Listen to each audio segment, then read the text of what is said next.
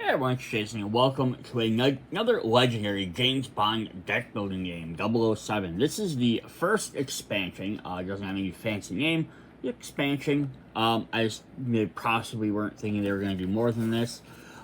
This adds 2 brand new movies to the game, plus our last 2 Bonds, at least as of the current set. They might bring out someone new after Daniel Craig, not for sure. Which is the always searchable legendary 007 is back. This expansion lets fans relive their favorite moments with new characters and missions from the 2 classic movies. On Her Majesty's Secret Service, which has George Lazenby in his only movie, and License to Kill with Timothy Dalton. Battle the bad intentions of the famous masterminds of the diabolic Ernest Starbo Blofeld and the ruthless Franz Sanchez. We know that thwart Blofeld's Angels of Death can destroy the power and influence of Sancho's illicit empire, recruit James Bond, the ultimate problem eliminator, and the foil of the faces of evil once and for all. So, much like the base game, which if you haven't checked out, I will have a link in the description, which goes over 4 other movies and 4 other Bonds. Each set will have their own 5, they're basically 2 mini expansions, 2 expansions mixed into 1 box here. So each movie will have a set of 5 characters you can play as. One is Bond. Usually then you have some mixture of like a named ally of some sort, and then the other ones are usually a combination of equipment, vehicles, or just allies. There's a group of Bond's allies. And then we get a brand new set of signature cards for each Bond, so that way if you're playing this Bond, you either have 5 cards just for them to select as, or if you're playing a multiplayer game, you can have each person take 1 from that set, which kind of generally work well with the cards in the game, as well as the against the actual villain deck. And then we have the villain deck with the nice setup for the plot and everything. We have some other new little surprises in here as well. This is going to be a 2-parter video. So the first part will go over on Her Majesty's Secret Service, and then the second one will go License to Kill. Just because there's so many cards, I don't want to try and cram it into too long of a video. But we're going to look at the kind of look over the rules here and see what new stuff we have first before we hop in there. So here's going to give for on Her Majesty's Secret Service and License to Kill the recommended starting thing. Use a mastermind with their villain group, their specific Steam, and its mission group, and the Institute Guard henchmen. Again, there's always an alternate Steam that works well with that character. And then you are free to mix and match these with each other or with any other set. Now, just also to note right after that, again, this is an expansion. It does require you to own the base game. Although you do get special cards for each Bond, you do not get the basic starting cards. You do not get all the gadget cards, the wound cards, the Steam twist, the plot twist, all that. So you have to have the base game to play this. So just note that. Alright, so we have a couple of new things. We have some new special gadgets, which are really fun. They started doing this in Marvel for a while. Started making special bystanders, which are characters that actually have special abilities on them, instead of just being blank ones, which are really fun. Then we have some new keywords. So, in Her Majesty's Secret Service, I know why that's such a pain for me. Bond their characters pretend to be someone else. In-game, the impersonate keyword lets it copy a hero's printed recruit or attack of another hero in your player. When you play a hero with impersonate, it won't immediately grant you any stars. However, anytime in your turn, you may activate the impersonate ability. I love these abilities you can activate. When you do, choose another hero in play and gain that hero's printed recruit. Same thing if you're using one with attack. Some might copy multiple. Some might even here, for example, might have attack. You can choose to gain another hero's attack twice or gain 2 different heroes. Usually you choose the biggest one, but card's effect may lead you to impersonate 2 different cards for some reason, which we'll see when we get in there. To play more than one hero with impersonate, they can both copy the same hero your player. So it's a really fun little ability, because it'll let you kind of like, you know, I had a weaker hand, but maybe I have a draw card. It might help you get something better.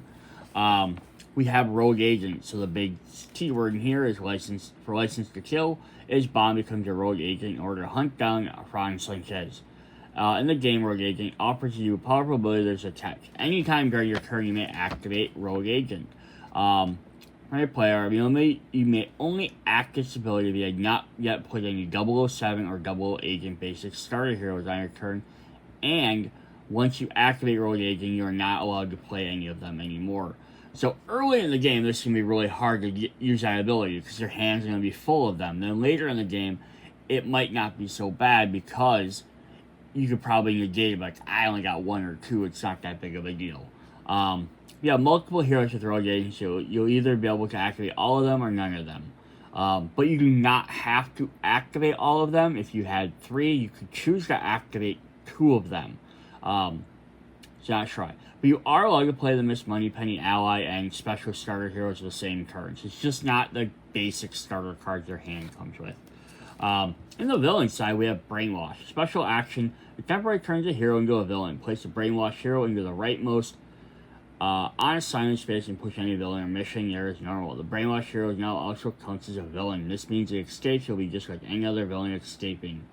And then you rescue the Brainwash hero by paying its cost equal to its recruit equal to its cost. If you do gain the hero, it stops from being a villain. If you rescue a Brainwash hero, you can't take the heal wound action from this turn. It's considered purchasing, basically. We have Angels of Death.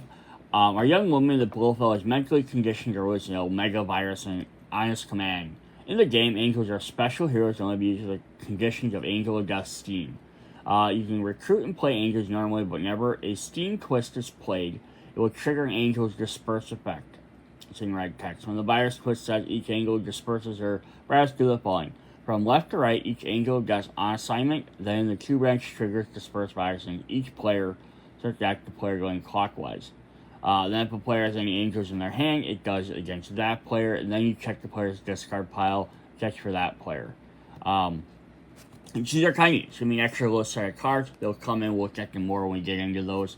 But yeah, they're gonna like trigger and hit everybody unless you personally have it. Then they only hit you. So the idea is, hey, they're allies. They might kind of help you, or at least they're gonna be in your deck affecting your stuff. But you're gonna try and remove them before everything else. Create the Omega Virus. Changes how the wounds work. When you gain a wound, instead of putting them in your deck, form a stack of them nearby. If any player has 7 or more wounds, Evil wins. Which is pretty interesting. Or 15 if you're playing solo. Card lets you have KO, you may KO 1 from your hand deck or KO that many from the wound stack instead. And if you heal, you can only KO 1. Then we have a special set of cards called the Cartel cards for License to Kill. So this is their little gimmick. Able to trace the Sciences Cartel in the game you're playing with, the Mastermind, expand the Drug Empire scheme, or one of their accompanying villain or mission groups. You need the Cartel stack. Shuffle the 30 Cartel cards face down to a single stack, place it face down near the Mastermind. The effect will say put a cartel on something. Draw the top card of the cartel stack and place it face up on top or next to the stack it's supposed to go in. So it might say on a location spot, on an H2 spot, on top of someone's deck, something like that. Well, the card has one or more cartel cards. Player can't interact with it. Heroes can't be gained, KO'd, or moved. Villains and missions can't be fought. Completed or moved, and if the Masterminds need cartel cards, it can't be fought. Player can pay the recruit or attack on the cartel to KO it. Yeah, so then you can kill any more cartels as long as you can. If a card has multiple cartels, you can look at them, but you may only KO the top one. Then when that's done, you can KO the next one. The stack runs out, reshuffle it. If you KO any cards, you can't take a heal because you took an attack action, basically. Or recruit action. Cool. So that is the basis of those. We have a little extra one here. We have Payoff. This hero lets you fight a villain with recruit instead of attack. So it's bribe in Marvel. That is kind of changing. But the additional thing is you did ignore the villain's fight effect. Payoff a villain still counts as fighting it.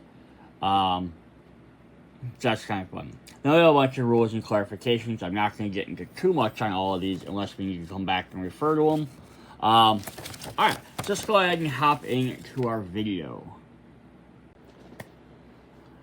Alright, let's look at License to Kill. So this is Timothy Dalton. So he did 2 movies, but we got one of them. I really hope they actually make, I know it's a decent number, but it'd be kind of cool if they made a set for every every single movie. You kind of need to have the full collection at some point.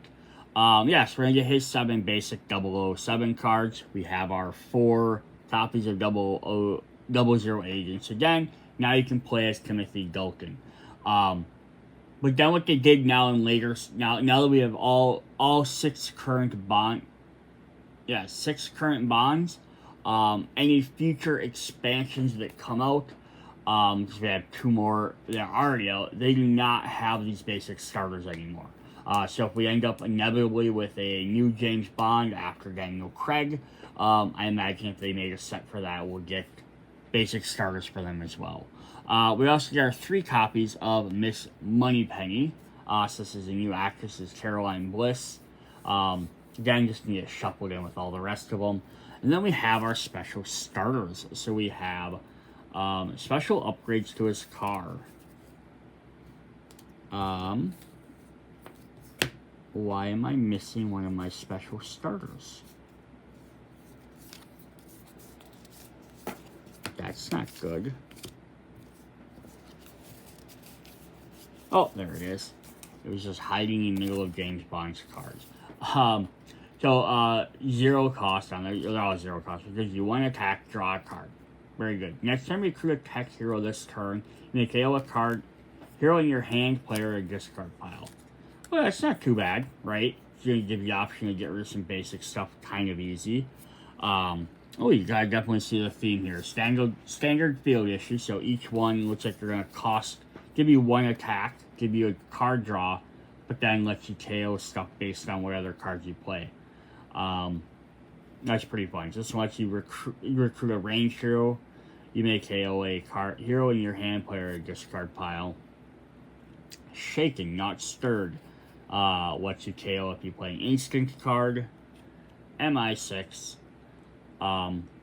Lets you KO if you play a covert hero. And Bond, James Bond, lets you KO if you recruit a strength hero this turn. These are pretty fun. I like that each of the special sets are kind of themed. And again, it's kind of neat because it depends on how you want to play the game. If you have 5 of these, do you want to pass them around to your 5 different players? Each one gets 1 of them. So like, we're playing this movie. We're playing with these special starters with the actor from that movie. And they kind of tie into that. Or do you want to be like, I am playing this Bond, I get to pick one of his 5 cards depending on how I want to play the game. Kind of interesting how you want to do that. There's no correct way. Alright, so Bond's deck, his character cards are in 5 copies of Watch the Birdie. Range card, 2 cost, 1 attack. Rogue Agent, you get plus 2 attack. So again, Rogue Agent just means you can't play this if you played any of your basic starters. So early on, this is going to be really hard to use because unless you're just trying to go for an attack, you might want to having to give up all your attack and all your recruit very early on to gain 3 total attack might not be worth it. Unless there's like a villain you really have to take out. We have 5 copies of The Best Man.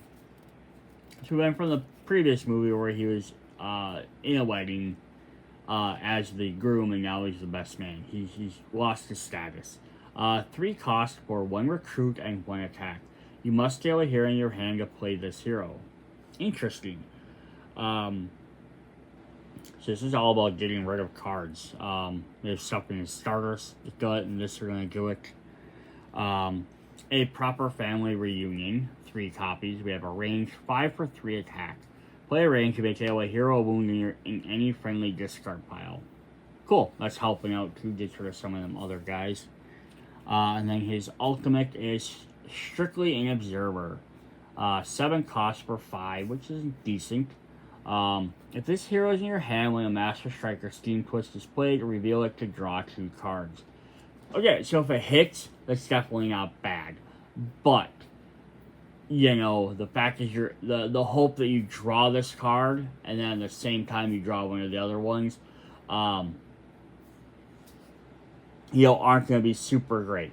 The only upside to this, because of the way the decks are built versus, like, Marvel, She's Marble Everything shuffled randomly, so you could end up going half the deck with never drawing a Steam Twister or Master Strike if you shuffle poorly, which I do a lot of the time. But these, because they're all stuck in like decks A, deck B, deck C, you know inevitably you are going to, like, when you get into like deck B, and if you have this card, you at least have an idea if you're going to possibly be getting one. Like, oh, I went through, there's 5 cards in deck B, I went through 3 of them, I have a 1 of 2 chance of getting it. But that also being said, you rarely have a chance to control whether you have this card in your hand or not. It's just kind of a gimmicky. So this probably fall on the lower end of the game for me. We have our named ally, our femme fatale, if it were, Pam Bouvier. Why don't you wait till you're asked? 4 cost for 1 attack. So these are a little bit pricey for what they do. But it says Rogue Agent, draw 2 cards. Now this is actually strictly, I think, better than the Bond one, because giving up all your stuff early on, even if you draw this with 4 starter cards, the idea though is that if you had other stuff in your discard pile that you purchased like a previous turn, this could at least help you. Even if you draw 2 more starter cards and you do nothing else that turn, it could help you cycle your deck that much quicker. Although, yeah, you have that many basic cards in a row, that's going to really suck as well. 5 copies of Hit the Deck and Stay There. You don't often see the woman with the shotgun. 3 cost per 2. Play range. Once turn, you may KO a cartel card or fight a henchman for free. Nice. Free henchman battle. We have 3 copies of Miss Kennedy, prior secret identity. 5 cost per 3 recruit. With a covert, reveal the top 3 cards of your deck, draw 1, and discard the others. Yeah, so again, you could do some deck cycling here. And then her ultimate is, you have good luck tonight. 7 cost per 3, which is not that good. But this is fun. I love that they brought this in here. Play blackjack. Reveal a card from the top of the hero deck until the total cost is 19 or higher. If it's 19 or 20, gain a revealed card. If it's 21, gain the revealed card to your hand. If it's 22 or more, you bust. Gain nothing. Shuffle the remaining cards back in the deck. Now, there's nothing you can do to really affect that too much, especially because it's the hero deck, not your deck. But, yeah, I love the fact they brought back the poker aspect. We had some stuff from the base game where you had to make poker hands, and this is instead using ideas playing blackjack, which is really fun. I am also kind of glad that they just used the cost on the cards and they didn't like try and add like a deck suit on all the cards throughout the game. Which would have been fine if they would have really leaned into that as being a big mechanic in like every set. Because it's so used so infrequently, I'm glad they didn't add extra stuff and change how the cards look. Yeah, getting an extra card to your hand. I mean, basically that's what it is. Now for the actual effect of the card, is this that good? I don't know how easy it's going to be able to get 20, 21 in there. But if you do, you get a card, right? And the more cards you reveal, the more chance you have. If you get it to your hand, which is incredibly good. But you can also get nothing. And assuming you get nothing, 3 is pretty bad. But you do is you shuffle them all back into the deck. So this also undoes any deck stacking that might have occurred. So it's an interesting card. Alright, we have another named ally. We get Q. I don't think Q's had his own card yet. I think we've had an M before. And we've had Q Branch, but then we've had Q himself. So it's Uncle Q, 3 cost per 2 recruit and an instinct. You play an instinct to acquire a gadget. Then if you have 4 more gadgets in your victory pile, you get +2 recruit. Nice. Not too bad as you go along. We have 5 copies of Roadside Surveillance.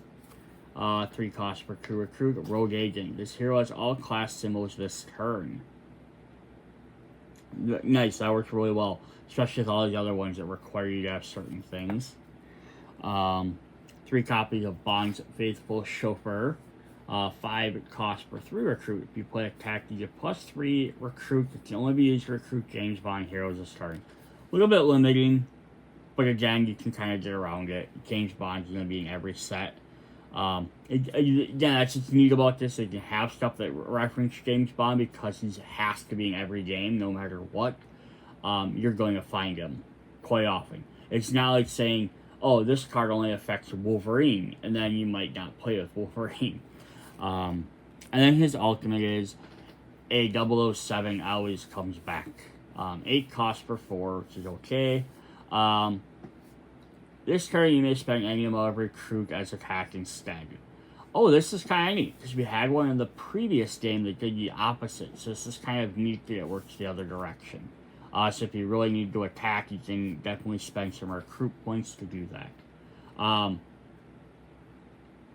So at bare minimum, this gets you either 4 recruit or 4 attack. Not too bad, but assuming you're going to play any amount of other cards, you usually have 6, 8, 10, plus recruit, and you can change it into attack. Plus whatever attack card you had. So this could be very good. Nice. Alright, then we have some allies. So we have 5 copies of Lupe Lamora, who's in Covert, 2 costs for 2 recruit. If you play a Covert, KO a wound in a friendly player's hand, deck, or discard. I like this friendly player thing, it's kind of neat. It's kind of like, hey, I'm helping out my allies. We have 5 copies of Felix Leader, who's an instinct, 4 cost for 2 attack. You get +1 attack this turn that can only be used to fight Mastermind or KO a cartel on the Mastermind. Alright, so very situational. It's alright, not that bad. Help all later in the game. The cartel part might be better than the Mastermind, but again, it's cartel on a Mastermind. If it's just any cartel, it would be a little bit better. 3 copies of M. License to Kill. I don't know why I read that. 6 costs, but it gets you 2 recruit and 2 attack. Not a ton, but if you play a recruit, put any number of cards from the H2 branch at the bottom of the hero deck. Interesting. It's basically going to recycle your Q branch. And then Rogue Agent. Gain a card with Rogue Agent from the Q branch for free. Oh, because it'll help you find that card. Nice, if you want to play. I think there's only been 1 Rogue Agent, though, in each set, so you're not going to come across them super ton. But this will also be a fun mechanic, though, if they make more sets for the game, if they add something like this. Like in the previous set had, like, Impersonate, if they added more into, like, other sets eventually. Because then, you can mix and match the sets a little bit more. Alright, then our ultimate is Sharky, who has 8 costs for 3, which is pretty low. With the bottom 2 cards of your deck, draw any of them and KO the rest. So 2 card draw, or possibly 2 KO. Not a bad effect. Not a lot of ways to manipulate the bottom of your deck. There are some cards that let you put stuff there, but not often enough. I can see if it said top card of your deck, because you do have stuff that lets you look at that or leave that, so you can always have an option of doing that. Or if it's at the top of your discard pile, because you could recruit something and have the option of purchasing it. But the bottom of your deck is very random. It's just not a bad card, but it's interesting. Our last hero group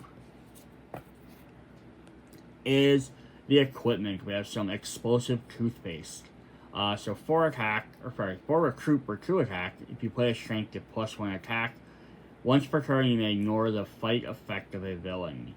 I love the May part too, because maybe if you want it, maybe it gets you a recruit point or draws you a card, or lets you KO another character, which you might need to do. 3 copies of the Manta Ray Disguise. Perfect underwater disguise. 4 copies for 2 attack.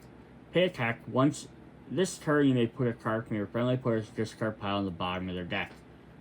Neat. So that could work very well with that shark that we just mentioned. Yeah, but it has to be another player's deck. So this actually works with cooperative. You'd have to do it. 3 copies of Letters or Leader. Um, so pay 6 cost, 1 attack, which is very low, but it's because it has rogue aging. If you have an attack or a strength, you may KO a hero in your hand. Otherwise, rogue aging gives you +4, so 5 for 6. Again, late in the game when you're getting this probably isn't too bad.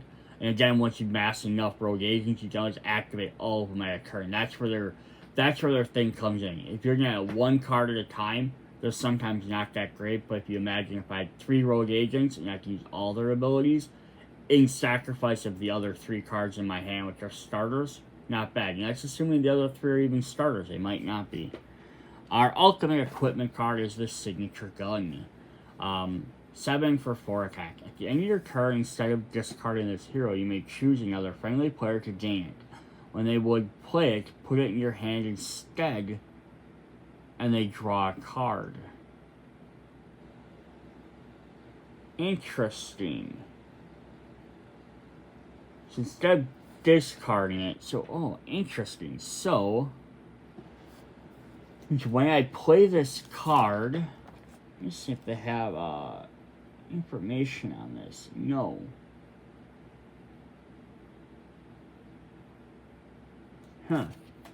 Yes, it says you may choose another friendly to gain this card. So they gain it. So they don't get it to their hand, it goes to their discard pile. It says when they would play it, put it into your hand instead, and they draw a card. So basically what it does is, it goes to someone else's discard pile, but when they finally draw it, you get it in your hand, but they get a card to replace it. Interesting, because they don't get any of the effects of playing it, though it sounds like. I'm not really sure if I like it. It's an interesting mechanic, but it's like, if it's going to go into a discard pile and get reshuffled and it's going to end up back in your hand, what's the difference between it going in yours or going in somebody else's? The only way it would be helpful there is if you could put it into somebody's discard pile that is, like, almost, or their deck is almost empty, because then they're going to get it in their deck quicker, and they might draw it quicker than you would. But then again, it also depends on how empty their deck is. So probably quickly it's going to reshuffle back from their discard pile. And then also how many cards they have in their deck. If they have 15 and you have 10, it's going to take them longer to get it back out than it might have you.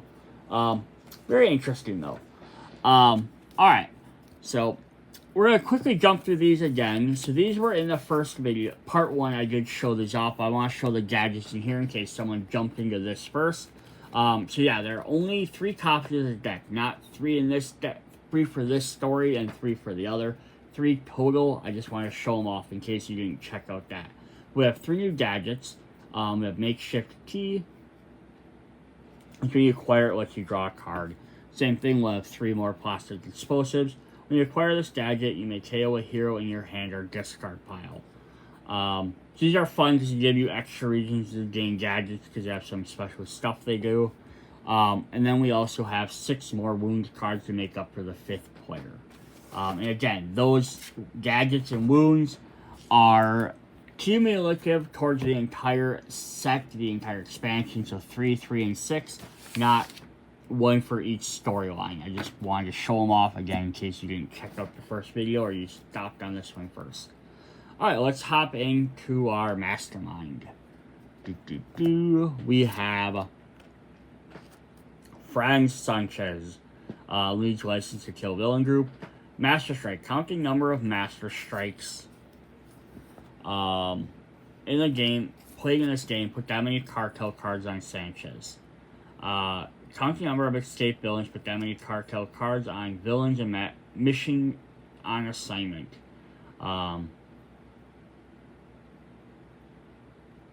Yeah, so you'll basically get a bunch of cartel cards that'll help him out.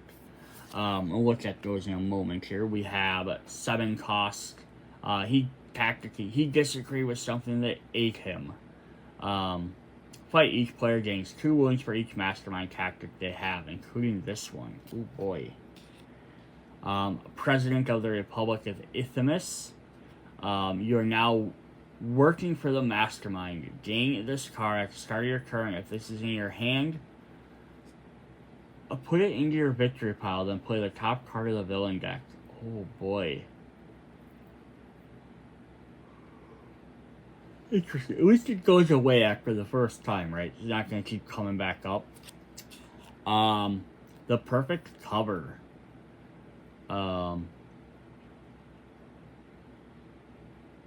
It's a giant slidey puzzle.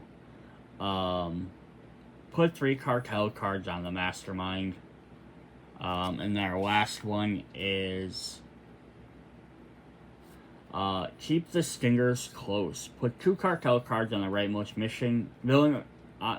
villain or on mission assignment. If there aren't any, I'll put the cartel cards on the Mastermind. Alright, we have our first Steam Expand Drug Empire. Use the Expand Drug Empire mission group. 5 Steam quests. Count number of quests played this game. Put that many cartel cards on the Heroes in Q branch. Danger level 5 to win. And then the other one is going to be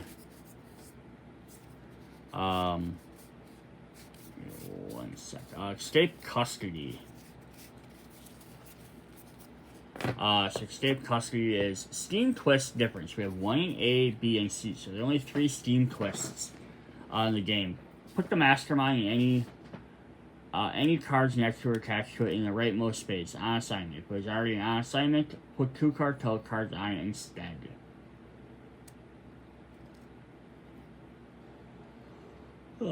Excuse me. Special rule: the Mastermind is on assignment. It can be fought normally. When it fought, it goes back to the Mastermind space. If it escapes, evil wins. Interesting. So it puts it in that space, and then now you have to deal with it, trying to run away. That's pretty crazy. Alright, we're going to look at the cartel deck quick because I want to show what those are because we're going to keep referencing it. 1, 2, 3, 4, 5, 6, 7 copies of illegal narcotics. So they cost 1 when you KO this damn wound. So again with the cartel cards, it's just a reminder from a little bit earlier. So when they're on a card, you cannot, heroes can't be gained or moved, KO'd or moved. Villains in the mission can't be fought, completed, or moved, and if the Mastermind has any, they can't be fought. So you have to pay for these to get rid of them, and they basically just keep clogging up everything, blocking everything. But 1 recruit's not too bad, but when it does, you have to gain a wound. So we have 10 copies of Drug Money, which just cost 2.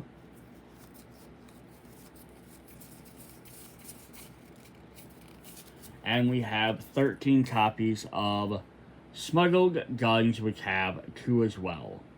So it gives us a total of 20. But yeah, we're going to keep drawing them. So they're not too terrible. That one has 2 attack versus 2 recruit.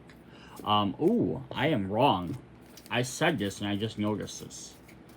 So we have 1, 2, 3, 4, 5 of these that have a 2. 4 of them have a 3, and 1, 2, 3 of them have a 4, and we have 1 that has a 5. I didn't realize they had different numbers on them, so they work like henchmen. I'm so used to Marvel, where every time there's a deck, they always have the same exact stuff. So yeah, there's some harder ones in there as well. Then we have the same thing here. We have 3 copies of that one with a 2. So we have 4 copies. We have 3 copies that have a 3. We have 2 copies of a 4 and then 1 with a 5.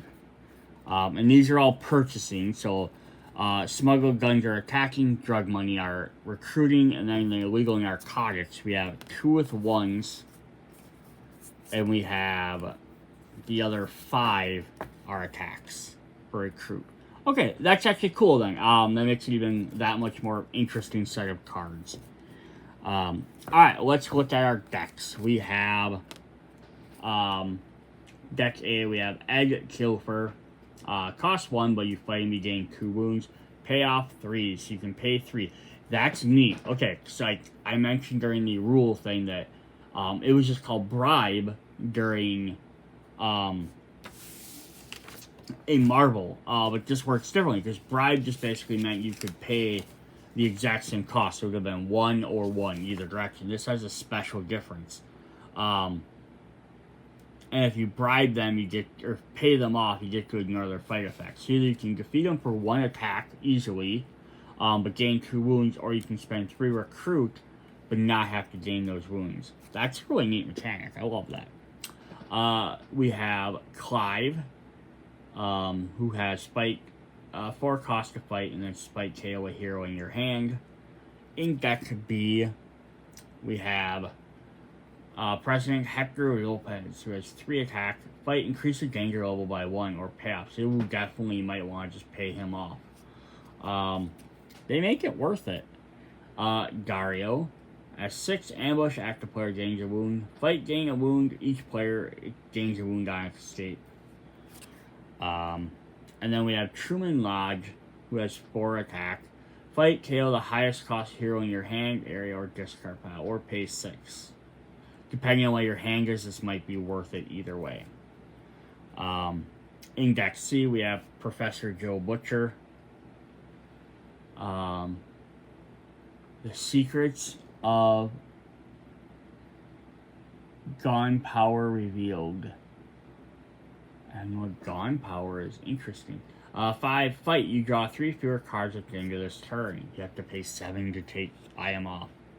Perez, put a card from the cartel on the mastermind. And Dario, active player gains 2 wounds. Fight, gain 2 wounds. Each player gains 2 wounds. So these are all kind of neat. The fact there's only 1 character that does some of the cartel is a little disappointing because it means you have to include. It means once you play this deck, you have to automatically include this cartel deck for 1 card that activates once. So I wish I had more cards that dealt with that. Like even if it's just if they escape being a cartel card, right? If that was just an effect on all of them, or at least most of them, because it would have made more sense. Alright, our missions are Deck A, Let's Go Fishing. You may complete this for free if you bought the Mastermind this turn. Nice. Fly Felix to his wedding. Success, put a card from your discard pile on top of your deck. In Deck B, we have You Earned It, You Keep It, Old Buddy. Success, KO a hero from your discard pile. Foil the Exchange, Ambush, put a cartel card on the Mastermind. And Assassination Attempt. Failure, put this next to the Mastermind, has +2 attack. Oh, that's nice. If you can't beat it for some reason.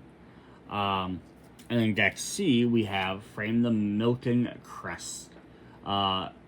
Recruit from the 007 starter hero. Oh, recruit from the 007 can't be used to complete this mission. Interesting. That's pretty neat. Destroy the Meditation Institute. Attack from the double agents can't be used for this mission. We have Tanker Truck Chase, slow moving chase. That's neat. That's a new effect I hadn't really mentioned. This card's pushed, it moves 1 extra space, but it's only when it's pushed. We've had regular chase, and we did have high speed chase, which lets cards move twice. This is kind of fun. It only moves if pushed. Escape the exploding tanker. Expanded. Inevitable. This is our inevitable card. Success. Instead of defeating this move, right 1 more space and gain 1 cartel card for each time it's been completed. Interesting. Yeah, so down this is the mission. There's only 2 cards. So there's a lot of these cartel cards, but it doesn't seem like you're going to get a lot unless you're playing the mission to give you cartel cards.